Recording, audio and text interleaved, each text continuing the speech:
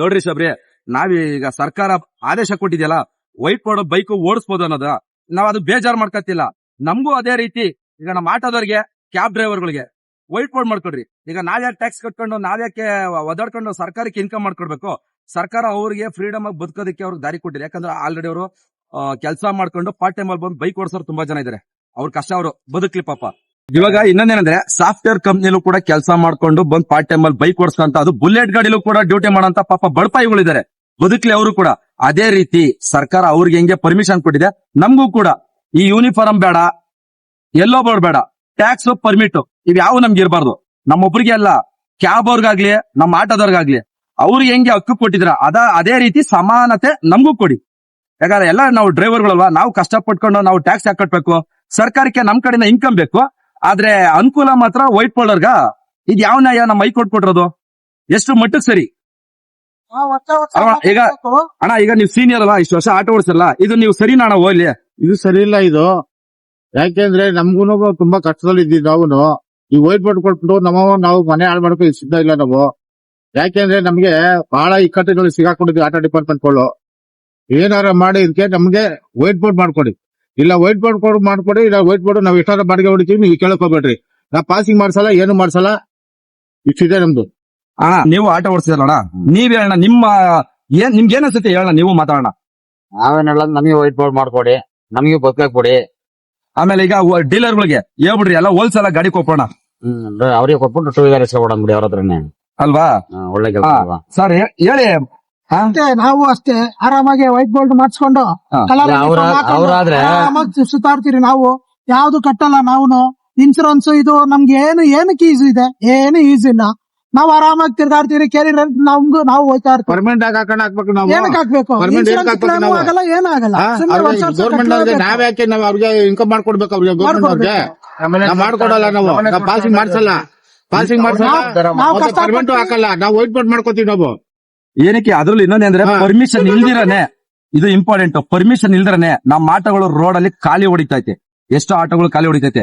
10 ಜನಕ್ಕೆ ಡ್ಯೂಟಿ ಆದ್ರೆ 90 ಜನಕ್ಕೆ ಡ್ಯೂಟಿ ಇಲ್ಲ. ಅಂತದ್ರಲ್ಲಿ ಇವಾಗ ಪರ್ಮಿಷನ್ ಕೊಟ್ಮೇಲೆ ಕಂಪ್ಲೀಟ್ ನಮ್ಮ ಆಟೋದವ್ರಿಗೆ ಭಯಂಕರ ಏಟ್ ಬೀಳುತ್ತೆ. ಆಟೋದವ್ರಿಗಂತೂ ಅನ್ನ ತಿನ್ನಕ್ಕಾಗಲ್ಲ. ಇನ್ನ ತುಂಬಾ ಕಷ್ಟ ಇದೆ. ಸರ್ಕಾರ ನಮ್ಗೆ ಡ್ರೈವರ್ಗಳಿಗೆ ಎಷ್ಟು ಹೊಟ್ಟೆ ಮೇಲೆ ಹೊಡಿತಿದೆ ಅಂದ್ರೆ ಇರ್ಲಿ, ಬಟ್ ಅದೇ ರೀತಿ ಅವರು ಮಾಡ್ಕೊಟ್ಟಂಗೆ ನಮಗೂ ಮಾಡ್ಕೊಡ್ಲಿ, ಅಷ್ಟೇ ನಮ್ ಕೇಳೋದು. ಈಗ ಅವ್ರು ಮಾಡ್ಕೊಟ್ರ ನಾವು ಅಸೂಯೆ ಅಲ್ಲ, ಅವರು ಮಾಡ್ಕೊಟ್ಟಂಗೆ ನಮಗೂ ಮಾಡ್ಕೊಡಿ, ಅಷ್ಟೇ ಕೇಳೋದು. ಆಟೋದವರು 10 ರೂಪಾಯಿ 20 ರೂಪಾಯಿ ಎಕ್ಸ್ಟ್ರಾ ಕೇಳ್ಬಿಡ್ತು ಅಂದ್ರೆ ಲೂಟಿ ಹೊಡಿತಾವ್ರೆ ಅಂತ ಹೇಳ್ತಾರಲ್ಲ. ಈ ಜನಗಳಿಗೆ ಕಣ್ಕಾಣಲ್ವಾ? ಕಣ್ಕಾಣಿಲ್ಲ ಹೇಳಿ. ಯಾರು ಲೂಟಿ ಹೊಡಿತಾರೆ? ನಾವ್ ಹೊಡಿತಾರೆ ಲೂಟಿಗಳು. ನಾವು 10 ರೂಪಾಯಿ 20 ರೂಪಾಯಿ ಕೇಳಿದ್ರು ನಾವು ಲೂಟಿ ಹೊಡಿತೀವಿ. ಅವ್ರು ಕೋಟಿ ಲೂಟಿ ಹೊಡಿತಾವ್ರಲ್ಲ. ಇದು ಯಾರು ಕೇಳಲ್ವಾ? ಏನೋ ಪ್ರಾಬ್ಲಮ್ ಕೇಳಕ್ಕಾಗಲ್ವಾ? ಆಟೋದವ್ರು ಗೊತ್ತಿರಲ್ಲ ನೀವು. ಆಟೋದವ್ರು ಏನ್ ಮಾಡ್ಬಿಟ್ಟಾರೆ ನಿಮ್ಗೆ? ಓಲಿ ನಾನ್ ಹೇಳೋದು, ಆಟೋದವ್ರು ಏನ್ ಮಾಡ್ಬಿಟ್ಟಾರೆ? ಏನೋ ಪ್ರಾಬ್ಲಮ್ ಆದ್ರೆ ಮಾತ್ರ ಯಾವನಾರ ಬಿದ್ದೆ ಎತ್ಕೊಂಡೋಗಿ ಹಾಸ್ಪಿಟಲ್ಗೆ ಹಾಕೋದು ನಾವು. ಏನೋ ಪ್ರಾಬ್ಲಮ್ ಆದ್ರೆ ಮಾತ್ರ ಆಟ ಅಂತೀರಾ. ಇವಾಗ ಆಟೋದವ್ರಿಗೆ ಪ್ರಾಬ್ಲಮ್ ಮೊನ್ನೆ ಹೋದಾಗ ಅವ್ನ ಯಾವನ ಮಂಡಿ ಚುಕ್ ಮುರ್ಕೊಂಡ, ಅವ್ನಿಗೇನು ಕೊಡ್ತಾರ? ಅವ್ನಿಗೆ ಕಿತ್ತಿ ಕೆಳಗಡೆದ. ಆಮೇಲೆ ಹುಡುಗಿದು ಇದ್ ಮಾಡೋದು, ಹುಡುಗಿ ತೊಡೆ ಮೇಲೆ ಕೈ ಹಾಕೊಂಡ್ ಹೋಗೋದು, ಎಗ್ರ ಮೇಲೆ ಕೈ ಹಾಕೊಂಡ್ ಹೋಗೋದು, ಅವೆಲ್ಲ ಸರಿ ಇವ್ರಿಗೆಲ್ಲ ಗೌರ್ಮೆಂಟ್ ನವ್ರಿಗೆ. ಆಮೇಲೆ ಕೈ ಬೇರೆ ಮುರ್ಕೊಂಡ. ಇನ್ನೊಂದೇನಂದ್ರೆ, ಬೈಕ್ ಅಲ್ಲಿ ಅಷ್ಟು ಸೇಫ್ಟಿ ಇದೆ, ಅದಕ್ಕೆ ಸರ್ಕಾರ ಪರ್ಮಿಷನ್ ಕೊಟ್ಟಿದೆ. ಅದರಿಂದ ಯಾವ್ದೇ ಆದಾಯ ಇಲ್ದಂಗೆ ವೈಟ್ ಬೋರ್ಡ್ ಓಡಿಸೋದಕ್ಕೆ ಪರ್ಮಿಷನ್ ಕೊಟ್ಟಿದೆ ಅಂದ್ರೆ ನಮಗೂ ಕೊಡ್ಲಿ. ಅದ್ರಲ್ಲಿ ಎಷ್ಟು ಬೆನಿಫಿಟ್ ಅವ್ರಿಗೆ ಇರ್ಬೋದು. ಆಮೇಲೆ ಇನ್ನೊಂದೇನಂದ್ರೆ, ನಾಳೆ ದಿನ ರೋಡ್ ಅಲ್ಲಿ ಯಾವ ಮಟ್ಟಕ್ಕೆ ಟ್ರಾಫಿಕ್ ಜಾಮ್ ಆಗುತ್ತೆ ಅನ್ನೋದು ಇದೇ ಸರ್ಕಾರ ನೋಡುತ್ತೆ. ನಾನ್ ಹೇಳೋದು ಏನ್ ಗೊತ್ತಾ, ಆಚೆ ಕಡೆ ಬಂದವರೆಲ್ಲ ಇವಾಗ ಯಾವ್ದು ಬಿಹಾರ್ ಕಡೆಯಿಂದ ಬಂದವರಲ್ಲ, ಅವ್ರಿಗೆ ನಂಬರ್ ಪ್ಲೇಟ್ ಇಲ್ಲ ಸರಿಯಾಗಿ. ಯಾವ್ದಾವ್ದು ಗಾಡಿ ತಗೊಂಡು ಓಡಿಸ್ತಾರೆ ಗಾಡಿಗಳನ್ನ. ಅವ್ರು ಹೇಳೋನು ಕೇಳೋರು ಯಾರು ಇಲ್ಲ. ಅವ್ರನ್ನ ತಮಿಳ್ನಾಡು ಗಾಡಿ, ನಮ್ ಗಾಡಿನ ಕರ್ನಾಟಕ ಗಾಡಿ, ತಮಿಳ್ನಾಡು ಗಾಡಿ, ಆಂಧ್ರ ಗಾಡಿ, ಯುಪಿ ಗಾಡಿ, ತಮಿಳ್ನಾಡು ಗಾಡಿ, ಆಂಧ್ರ ಗಾಡಿ, ಮತ್ತೆ ಉತ್ತರ ಪ್ರದೇಶದ ಗಾಡಿಗಳು ಯಾವ್ದು ಹಿಡಿಯಲ್ಲ ಪೊಲೀಸರು. ನಮ್ ಕರ್ನಾಟಕ ಗಾಡಿ ನೋಡ್ತಂದ್ರೆ ಅವ್ರಿಗೇನು ಉರಿ ಬಂದ್ಬಿಡ್ತದ. ಅವ್ರಿಗೆ ನಾವೇ ಬಕ್ರಾಗಳಾಗ್ಬಿಟ್ಟು ಬೇರೆ ಸ್ಟೇಟ್ ಇಂದ ಬಂದು ಇಲ್ಲಿ ಅನ್ನ ತಿಂತವ್ರೆ. ಬಟ್ ಇಲ್ಲಿ ಹುಟ್ಟಿ ಬೆಳೆದಿರೋರು, ಇಲ್ಲೇ ನೆಲ್ಸಿರೋರು, ಅವ್ರ ಅನ್ನ ತಿನ್ನಕ್ ಕಷ್ಟ ಆಗ್ತಿದೆ. ತಿನ್ಬಾರ್ದು, ಏನು ತಿನ್ಬೇಕು? ಅದು ಬಂದ್ ತಿನ್ಬೇಕು. ಬೇರೆ ಸ್ಟೇಟ್ ಅವನು ಟ್ಯಾಕ್ಸ್ ಕಟ್ತಿಲ್ಲ, ಏನಿಲ್ಲ. ಬೇರೆ ರಾಜ್ಯದಲ್ಲಿ ಬೈಕ್ ತಗೊಂಡಿರ್ತಾನೆ, ಅಲ್ಲಿ ಟ್ಯಾಕ್ಸ್ ಕೊಟ್ಟಿರ್ತಾನೆ, ಅಲ್ಲಿ ಇನ್ಕಮ್ ಟ್ಯಾಕ್ಸ್ ಪ್ರತಿಯೊಂದು ಮಾಡಿರ್ತಾನೆ. ಆ ಸರ್ಕಾರಕ್ಕೆ ಲಾಭ ಮಾಡಿ ಇಲ್ಲಿ ಬಂದು ಅನ್ನ ತಿನ್ಕೊಂಡು ಅವ್ನ್ ಜೀವನ ಮಾಡ್ತಾನೆ. ಬಟ್ ನಾವ್ ಇಲ್ಲಿ ನಮ್ ಸರ್ಕಾರಕ್ಕೆ ಟ್ಯಾಕ್ಸ್ ಕಟ್ತೀವಿ, ಇಲ್ಲೇ ಜೀವನ ಮಾಡ್ತಿದೀವಿ. ಪ್ರತಿಯೊಂದು ಏನೇ ಬಂದ್ರು ನಾವು ಡ್ರೈವರ್ಗಳಾಗಿ ಇಲ್ಲೇ ಹುಟ್ಟಿ ಬೆಳೆದ್ರೆ ನಾವ್ ಇಲ್ಲಿದೀವಿ. ನಂಬರ್ ಪ್ಲೇಟ್ ನಮ್ಗೆ ಸರಿಯಾಗಿ ನಂಬರ್ ಪ್ಲೇಟ್ಗಳೇ ಇರಲ್ಲ ಟೂ ವೀಲರ್ಗೆ. ಆ ನಂಬರ್ ಬೇರೆ ಮುಚ್ಕೊಂಡೆಲ್ಲ ಓಡಾಡ್ತಾರೆ. ಕಾಲ ಅಡ್ಡ ಕೊಟ್ಕೋತಾರೆ. ಕ್ಯಾಮ್ರಾಗಳಿಗೆ ಇದ್ ಮಾಡ್ತಾರೆ, ಗಮ್ಮಲ್ಲ ಅಂಟಿಸ್ತಾರೆ.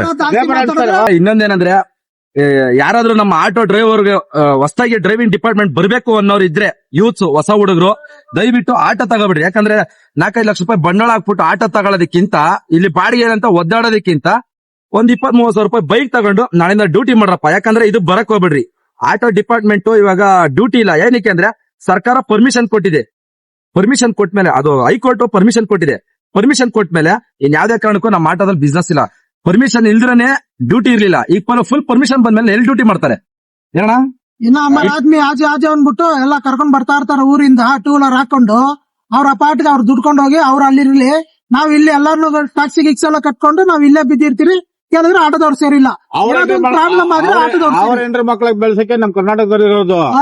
ನಮ್ಮ ಹೆಂಡ್ರ ಮಕ್ಳಿಗೂ ಉದ್ಧಾರ ಮಾಡೋದು ಯಾರು ಇಲ್ಲ. ಯಾರು ನೀವು ಇಲ್ಲಿರೋರು ಯಾರು? ಹೌದು, ನಾವು ಅವ್ರ ಆಚರಣೆ ಇರೋರ್ನ ಬದುಕಕ್ ಬಿಡ್ಬೇಕು. ಬಿಡ್ಬೇಕು. ಅವ್ರು ಎಲ್ಲಿಂದನೋ ಬಂದ್ ಇಲ್ಲಿ ಬದುಕ್ತಿರೋನ್ಗೆ ಅವನು ಪವರ್ ಐತೆ. ಬಟ್ ಇಲ್ಲಿ ಅನ್ನ ತಿಂದು ಇಲ್ಲಿ ಬೆಳಿತಿರೋನ್ಗೆ ಪವರ್. ಮೊನ್ನೆ ನೋಡ್ರ ಅವ್ರು ಯಾರೋ ಬಿಹಾರ್ ಅವರು ಇದಾರೆ, 15 ದಿವಸಕ್ಕೆ ಪ್ಯಾನ್ ಕಾರ್ಡ್ DL ಎಲ್ಲ ಮಾಡ್ಕೊಟ್ಟು ಅವ್ರನ್ನ ಜೈಲಿಗೆ ಬೇರೆ ಕಳ್ಸಿದಾರೆ.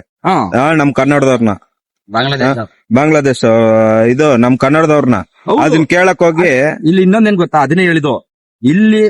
ಇಲ್ಲಿ ಹುಟ್ಟಿ ಬೆಳೆದಂತ ಜನಕ್ಕೆ ಇಲ್ಲಿರೋ ನಮ್ಮ ಡ್ರೈವರ್ಗಳಿಗೆ ಬೆಲೆ ನಯ ಪೈಸಾ ಇಲ್ಲ. ಯಾಕಂದ್ರೆ ಇಲ್ಲಿರೋರೇ ಕೊಡ್ತಾ ಇಲ್ಲ. ಎಲ್ಲಿಂದನೋ ಬಂದಿರೋನ್ಗೆ ರೆಡ್ ಕಾರ್ಪೆಟ್ ಹಾಕೊಟ್ಬಿಟ್ಟು ಸನ್ಮಾನ ಮಾಡಿ ಹೆಗಲ್ ಮೇಲೆ ಕೂರಿಸ್ಕೊತಾರೆ. ಅವ್ರಿಗಿರೋಷ್ಟು ಅಭಿಮಾನ ಇಲ್ಲಿರೋರ್ ಮೇಲೆ ತೋರಿಸ್ತಲ್ಲ. ಯಾಕೆ ಇಲ್ಲಿರೋರು ಮನುಷ್ಯಲ್ವಾ, ಅವ್ರು ಮಾತ್ರ ಅವರಿಂದ ಇಲ್ಲಿ ಏನೇ ಕಷ್ಟ ಸುಖ ಆದ್ರೂ ಇಲ್ಲಿ ನೋಡೋದೇ ಡ್ರೈವರ್ಗಳು.